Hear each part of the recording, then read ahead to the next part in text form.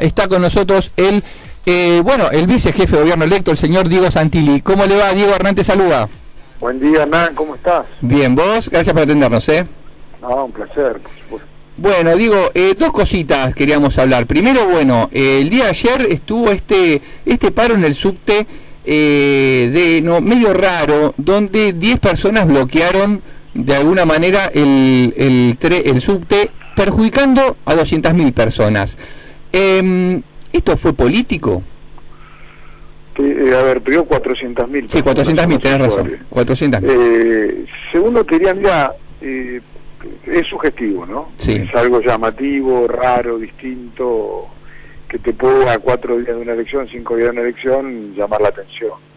Pero lo segundo que creo que tenemos que empezar a pensar entre todos, ¿no? Más allá de los usuarios que se han visto damnificados tremendamente, es qué tipo de país queremos, ¿no? Donde una discusión de 10 trabajadores, con más allá de los derechos ciertos o no ciertos, pueden perjudicar a 400.000 personas. Entonces, estamos tergiversando todo, el derecho a manifestarse, el derecho a la huelga, que existe y es correcto en cualquier parte del mundo, pero ya a ver, ¿cómo le arruinamos la vida a los ciudadanos, ¿no? Al que va a laburar, al que tiene que cobrar presentismo.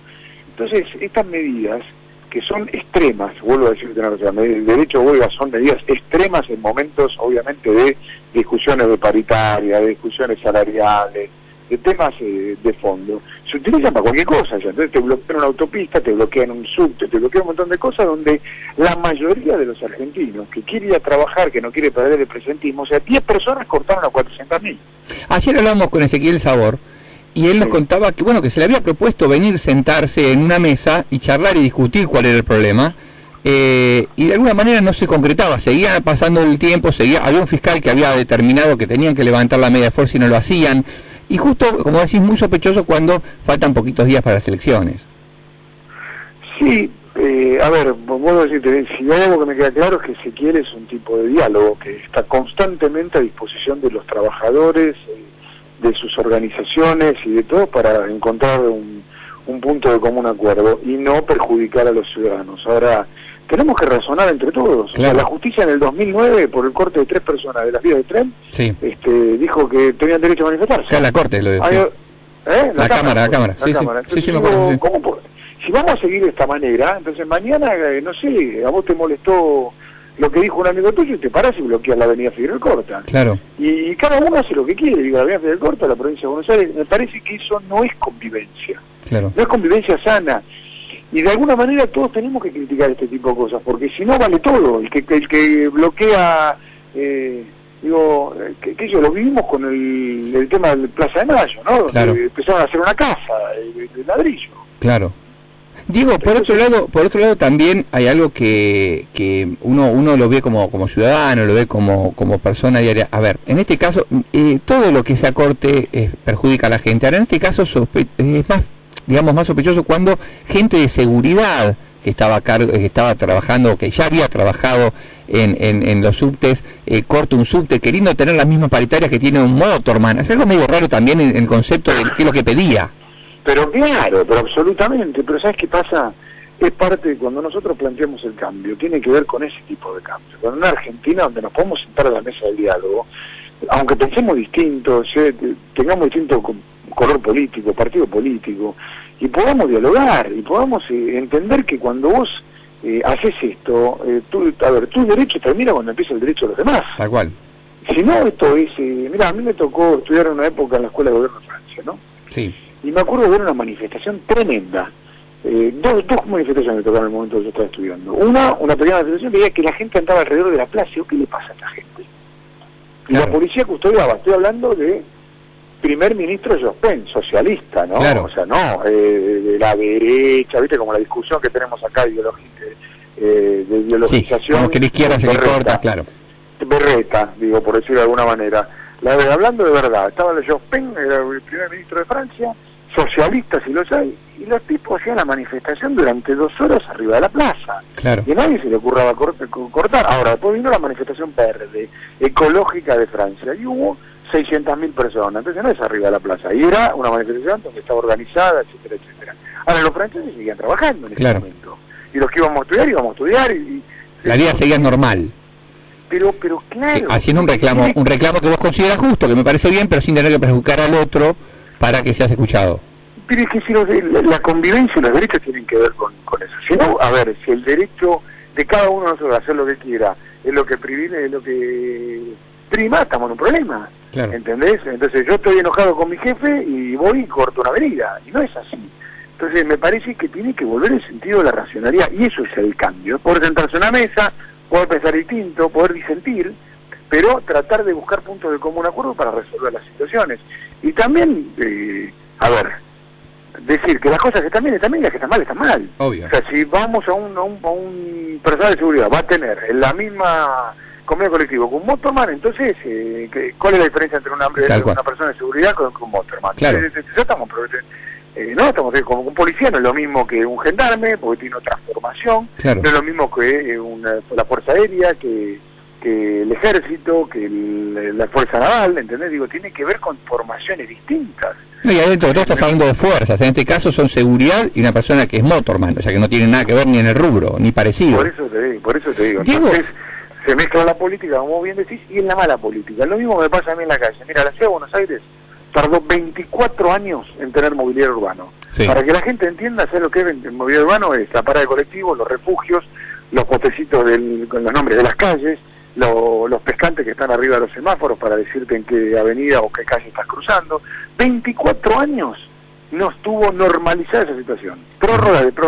Una vez que lo normalizamos, yo hoy salgo a la calle y veo cuánto campaña política hay llegada en los refugios colectivos. Tal cual. Cuando vos lo planteas a la política, pero a la política se lo planteas. En la legislatura de Buenos Aires, no hagamos más pegatina ilegal sobre los refugios donde tardaron 24 años, que son de vidrio, que hay que cuidarlo, porque el que menos tiene se le toma colectivo, no hay nadie que se atreva a sancionar la ley, salvo nosotros. Entonces digo, ¿por qué? Bueno, los containers de residuos también, ¿no? Los containers de residuos los utilizan para poner las cartelerías. También, entonces digo, empezás por ahí, después viene, por supuesto, la campaña de los clubes deportivos. En este caso nos toca con Boca, pero después te pudo haber tocado con River. Sí. Y entonces los clubes deportivos, todo empastillan, las paradas de colectivo. ¿Qué? Vuelvo a decirte, el pasajero de colectivo es al que le tenés que dar el mejor servicio, un refugio como corresponde, para que no se moje, para que no le agarre el sol. Bueno, todo al revés, acá lo destruimos. Entonces, esa parte de la cultura es lo que nosotros tenemos que aprender a cambiar como argentinos. Claro, pero digo, ahí vos hablás en parte de la cultura, al margen de la política, que sea Boca, que bueno, está por llegar a elecciones, o las elecciones nacionales que se vienen en los próximos días, pero me parece que desde tu parte, bueno, vos como fuiste ministro de Ambiente y Espacio Público, trabajaste mucho en el tema de espacio público, pero cuesta mucho concientizar a la gente en general, te digo, del espacio público. Por ejemplo, a ver, el gobierno de la ciudad hizo para mí un muy buen laburo en el tema de plazas con las bolsas para los perros y todo, y sin embargo la gente no tiene la conciencia a veces de ir a agarrar la bolsa de la plaza, y está ahí el poste con la bolsita para la caca del perro. El tema del porteño, me parece, del ciudadano de la ciudad, de no ser consciente del espacio público en sí. Pero, por supuesto, tiene que ver con el ciudadano. Vuelvo a decirte algo. Hicimos una campaña de concientización. Somos la ciudad modelo de la Argentina en términos de separación. Tenemos las únicas 2 plantas de tratamiento de basura de la República Argentina, donde en una tratamos 2.000 toneladas diarias de residuos y en la otra 1.000 toneladas diarias, una atrás de la cancha de San Lorenzo, otra en José León Suárez. Y de repente cuando vos haces una encuesta, el 98% de la gente te dice que quiere separar y solo lo hace el 4%. Claro. Sí. Bueno, incluso vos tenés las campanas verdes. Tenés las campanas verdes que tienen cualquier cosa, a veces menos en los reciclables. Pero por supuesto, entonces tiene que ver con nosotros. Pero digo, voy de menor a mayor. Vos sabés que en los postes de iluminación de luz tuvimos que poner pintura a 2 metros. Los postes tienen 15, 20 metros de altura, claro. ¿No? Tuvimos que poner a 2 metros pintura antipegatina y eso la pagamos los ciudadanos, claro, porque sale de nuestros impuestos, que es un poco más cara que la otra, hasta 2 metros de altura. ¿Por qué lo hacemos? Para que no se haga la pegatina ilegal. Claro. Sí, o sea, entonces, para que la gente se ubique, es eso que vemos por ahí en los semáforos o en los postes de luz, que es como si fuera un verde oscuro o un color musgo que tiene como unas vetas, esa es la pintura. Que no tiene adherencia. Exactamente. Ahora eso es más caro, y cuando yo te hablo de la política, porque... digo, si la política no da el ejemplo, ¿qué va a hacer la campaña de un club, River, Boca, Independiente, San Lorenzo, que vos quieras? ¿qué van a hacer? Va a pegar, ¿y qué va a hacer la bailanta? También va a pegar en los pollos, porque si pega el político, que es el que tiene que hacerse cargo de que las cosas se cumplan, también después pega la bailanta, empieza a pegar todo el mundo por cualquier lado, entonces vale todo. Diego, te saco un poquito de la ciudad de Buenos Aires y te quiero hacer una consulta. ¿Cómo tomaste las declaraciones de Francisco de Narváez de hoy que dice voy a votar por Daniel Scioli?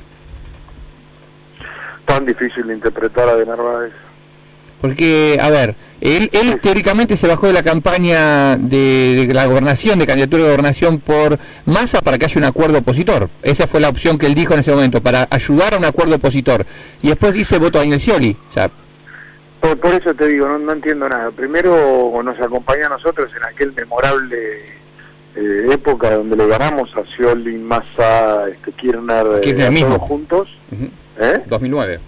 Exactamente, nos fuimos juntos con Francisco y Mauricio Macri en esa epopeya que fue, digamos, el mejor momento del kirchnerismo, y le ganamos a todos juntos, y después se puso a construir algo distinto, después se empezó a construir una opción, después que se acercó a nosotros, después se fue con Massa, después, no sé, la verdad que no se habría que preguntarle a Narváez por qué, porque no me queda claro nada de lo que explicó.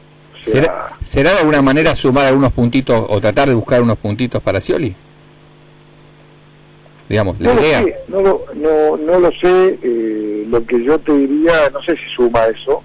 Sí, lo que yo te diría, la idea, no te lo explique. Mira, es más fácil que en vez de dar una explicación política dijera, mira, tengo una relación personal con Scioli, entonces lo voto de ahí, es más explicable. Claro. De alguna manera que hacer todo este ensayo que no se termina de entender porque uno va, vuelve, viene, sale, entra. Me parece que la Argentina también son cosas de los ejemplos que también tienen que dar los dirigentes. Le pasó a Justosi en Almirante Brown, claro, que perdió la interna, que fue y volvió. Le pasó a Sandro Guzmán en Escobar. Digo, qué sé yo, me parece que la gente se da cuenta de este tipo de cosas y no tolera más este tipo de acciones. Creo que la coherencia, la racionalidad, la construcción de si vos pensás en algo distinto, vale. Y te lo digo yo que tengo origen peronista, sí, mi ADN, si vos me preguntás, es peronista, pero mi familia es pro. Claro. Así ya cuando que asumió Néstor Kirchner, que me puse a construir una alternativa distinta para mi ciudad, pensando que la ciudad nunca salía de tener malas gestiones y que era el momento de tener buena gestión, y bueno, a la luz está, ¿no?, la gestión de Mauricio Macri, la mejor de la historia de la ciudad. Diego, vos sos una persona muy allegada, más allá de, obviamente, de la ciudad, sos una persona con mucha influencia en la provincia de Buenos Aires y la estás recorriendo. ¿Cómo ves la respuesta tanto a la candidatura de Mauricio como de María Eugenia en la provincia? Muy bueno, espectacular. Hemos tenido un crecimiento. Mirá, Mauricio nace en la ciudad de Buenos Aires con su partido, con el PRO, Compromiso para el Cambio, éramos antes. Sí. Después fuimos PRO, y hoy estamos en Cambiemos, y fuimos creciendo y desarrollándonos. Y hicimos un trabajo del interior hacia la provincia. ¿A qué me refiero? Empezamos a hacer pie fuerte en Santa Fe, en Entre Ríos, en San Juan, en Mendoza, en Córdoba, en diferentes provincias. Córdoba vamos a ganar ahora. Vas a ver lo que yo te digo, el 25 de octubre Córdoba Macri gana la presidencial en la primera vuelta, ¿no? Vamos haciendo pie en todas las provincias. Y de menor a mayor fuimos construyendo la provincia, de Ruta 6, me refiero de Ruta 6 hacia afuera, con un crecimiento impresionante, donde lo hemos ganado completamente en La Paso, sí. Y ahora estamos llegando al primer cordón con mucha fuerza. María Eugenia está excepcionalmente bien, espectacularmente bien, está en el mejor momento, creciendo, desarrollándose, y Mauricio también, así que juntos estamos construyendo una alternativa distinta a los gobiernos históricos que tuvo la provincia. Ahora, ¿y cómo ves esta semana, ahora que de alguna manera es la semana definitoria? ¿Cómo ves que se va a trabajar tanto en la campaña de los diferentes partidos? Cerca de la gente, hablándole y pidiéndole que defina el 25, porque en la provincia de Buenos Aires no hay segunda vuelta. Claro, eso lo estamos hablando recién. Se define el 25. Eso es importante lo que decimos, porque la gente, hace un ratito cuando hacemos el pase con Vero Albanese, hablamos de eso, ¿no? De que hay que entender que la segunda vuelta es solo para presidente. Por lo tanto, el domingo, si el gobernador, intendente, concejal, diputados que votes el domingo, va a ser el que va a ganar o perder, salvo el presidente, que puede llegar a una segunda vuelta. Bueno, el presidente va a hacer en segunda vuelta, yo no tengo ninguna duda de eso, pero tal cual lo que vos decís. La provincia de Buenos Aires, el gobernador se define este 25 de octubre. Y tienen que decidir entre María Eugenia Vidal o Aníbal Fernández. Y esta es la definición, y ahí va a estar. Diego, ¿vos le das importancia a las encuestas? ¿Las mirás o te manejás por por la sensación de la calle de la gente cuando recorres, caminás? Que te diga que no veo las encuestas no es serio. Sí, por supuesto las veo, pero también tiene mucho que ver con la calle, ¿no? Con la percepción. Claro, no, yo te lo pregunto. Es una guía, la encuesta es una guía, pero la percepción es lo más fuerte. Bien, yo te lo preguntaba por lo que pasó en la segunda vuelta en la ciudad, que las encuestas marcaban una idea que tenían 7, 8, 9 puntos de diferencia a favor del PRO, y después Lustó se terminó acercando. Quizás, no sé si te gira en la cabeza la idea de que las encuestas te marcan 10, 11 puntos entre Scioli y Macri y termine siendo menos, por la sensación que vos tenés en la calle. Yo tengo, a ver, es muy buena tu pregunta, porque es lo que ayer estuvimos hablando en el Comando de Campaña Nacional, que nosotros nos juntamos todos los lunes. Ayer estuvimos hablando exactamente de eso, la sensación es inversa. La sensación es absolutamente inversa. Claramente nosotros en la segunda vuelta de la Ciudad de Buenos Aires sabíamos que íbamos a un escenario donde todos se podían juntar a votarnos en contra, sobre todo donde había un candidato que no era kirchnerista, en una ciudad que no es kirchnerista. Entonces ahí podía el kirchnerismo votar a ese candidato, cosa que sucedió. Y además teníamos el tema de que el balotaje nuestro de la ciudad había sido en un momento donde nosotros claramente perdíamos 3-4 puntos. Y los perdimos porque no estaban de vacaciones. Sí, después, bueno, a ver, esto te lo pensás también en la segunda vuelta, que está ahora la idea de, bueno, el feriado en el medio, que posiblemente pasen las elecciones al martes o no, pensando siempre en el balotaje en el 20 de noviembre, ¿no? Correr la fecha a 2 días. Porque también vos tenés una contra con esto del tema de no haber pensado el feriado y el balotaje y todo lo demás, hablando en general del gobierno nacional, te digo, porque algunos te decían, o estaba la alternativa, por ejemplo, Patricia Bullrich agarraba y planteaba hace unos días atrás, hablando con nosotros también, de correr el feriado. Pero si vos lo corres el feriado y la gente ya tiene pago el viaje o algo así, no va a dejar de viajar por ir a votar. Más que, o sea, porque ya pasó en la ciudad. Entonces, no está mal pensar en una elección el día martes o miércoles. Y ya cuando vos tenés un calendario fijo, a nosotros nos pasó y nos hicimos cargo y competimos igual. Cuando vos tomás, cuando las decisiones están, vos no podés modificar una decisión, esta es mi visión personal, ¿no? 40 días antes. Está bien, pero vos no sentís un calendario y no puedes mover a 40 millones de argentinos porque te diste cuenta 40 días antes de un calendario. Entonces ya está. Pero ese tipo de cosas a nosotros nos pasó. Yo creo que va a suceder lo inverso, siendo a tu pregunta. Va a suceder lo inverso el 25 de octubre. Va a suceder algo distinto. Hay una distancia que están marcando las encuestas de 9, 10 puntos, y yo creo que va a terminar, y lo dije después del paso, yo creo que vamos a terminar una distancia de 5 o 6 puntos con Scioli. Y ahí en segunda vuelta es letal, nosotros vamos a ganar contundentemente. Bueno, Diego, realmente te agradecemos muchísimo, como siempre, tan amable con nosotros. Y bueno, todos los éxitos para el fin de semana. Gracias a ustedes, y buen domingo para todos. Bueno, abrazo grande. Estaba con nosotros Diego Santilli, el vicejefe de gobierno porteño.